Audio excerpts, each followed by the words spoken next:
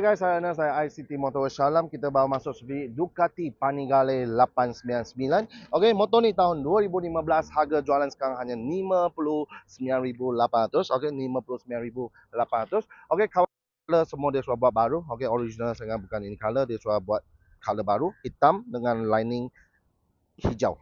Okey, tahun 2015 59,800. Dari depan dia suatu upgrade satu WRS punya tinggi punya ini windshield. Kemudian side mirror masih standard, brake clutch reverse semua standard. Dia sudah tambah satu handguard. Original datang Showa punya upside down fork, double disc brake, Brembo brake caliper. Okey, tayar depan lebih kurang ada 60% lagi. Radiator cover pun sudah tambah. Evotech punya fork slider sudah tambah. RNG punya frame slider sudah tambah. Motor ni V-twin punya engine 898cc dengan 148 horsepower. Top speed lebih kurang 260 km/h. Okey, kemudian dia sudah tukar satu racing footrest, sudah upgrade satu full system Terminoni exhaust. Kemudian belakang sudah ada satu carbon rear fender, belakang pun pakai disc brake, sudah ada ABS depan dan belakang, bobin sudah tambah belakang, tayar belakang lebih kurang ada 80% lagi.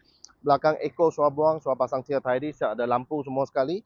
Belakang dia sudah pasang single seat lah, kaki bija masih ada. Kalau memang bawa girlfriend, ini kena tukar satu seat, tambah satu seat lagi.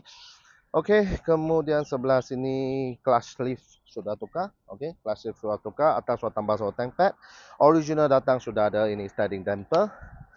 On tengok tahun 2015, my race sekarang jalan 50,000. Okey, jom kita start dengan ini Ducati Panigale 899 Terminoni exhaust. Bunyi dia macam mana.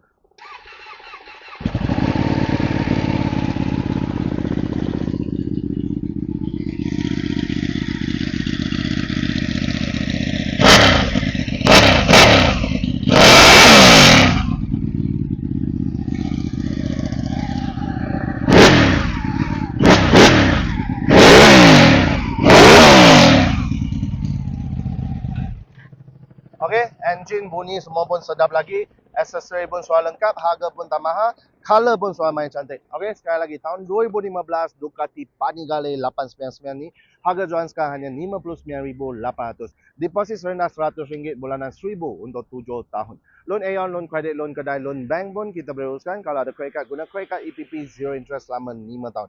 Beli pun tanpa risau, siap ada warranty 1 tahun, siap ada kasih voucher RM1,000. Okey, kalau minat motor ni terus datang ICT Motor Shalom ataupun terus WhatsApp sales team kita. Baik.